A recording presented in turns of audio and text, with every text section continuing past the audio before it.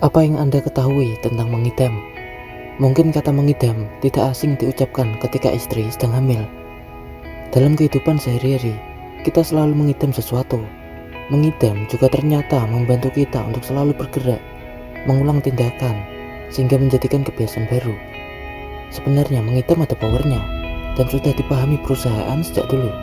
Bagi perusahaan, memahami sains mengidam sungguh menakjubkan, sehingga menerapkannya dan menggunakannya pada produk yang dijual. Pepsodent laku keras karena setiap hari manusia mengidam gigi bersih.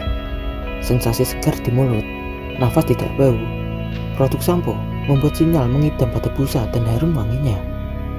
Produk game saat ini membuat semacam titel peringkat supaya membuat pemainnya mengidam kedudukan yang lebih tinggi.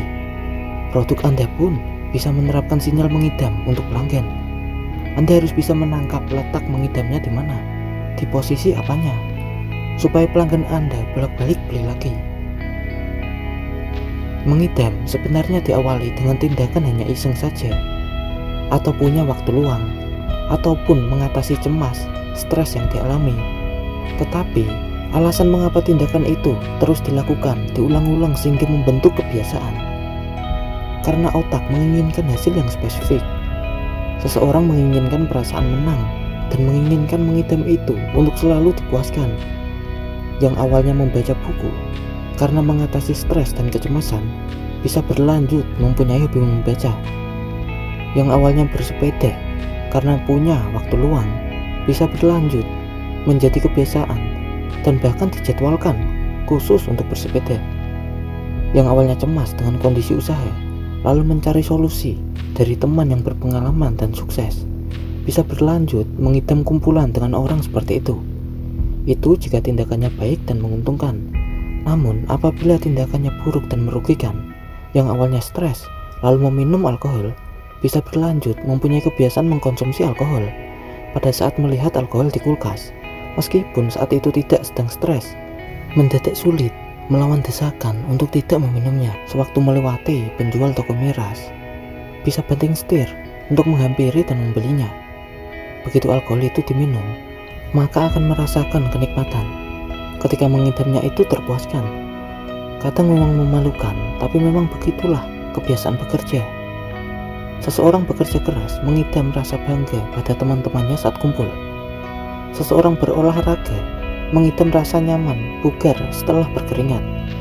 Seorang hobi baca mengidam rahasia yang ingin diketahui di dalam buku tersebut.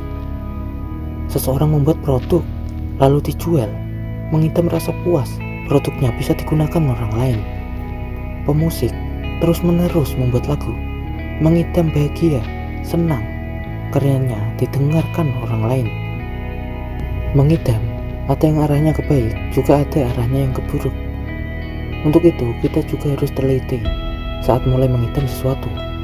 Karena mengidam diawali hanya karena iseng-iseng saja, bisa juga mengisi waktu luang ataupun mengatasi stres, cemas, beban pikiran yang dialami. Karena sensasi mengidam yang ingin dipuaskan, maka tidak bisa dihindari lagi, tindakan itu akan terus dilakukan sehingga membentuk menjadi pola kebiasaan dan bertempat tinggal di pikiran bawah sadar. Sedangkan pikiran bawah sadar tidak mengenal itu kebiasaan buruk atau baik.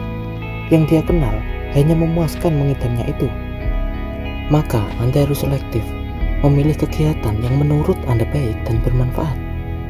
Mengidam bisa muncul setelah Anda mendapatkan perasaan menang, sensasi kepuasan saat melakukan kegiatan tersebut.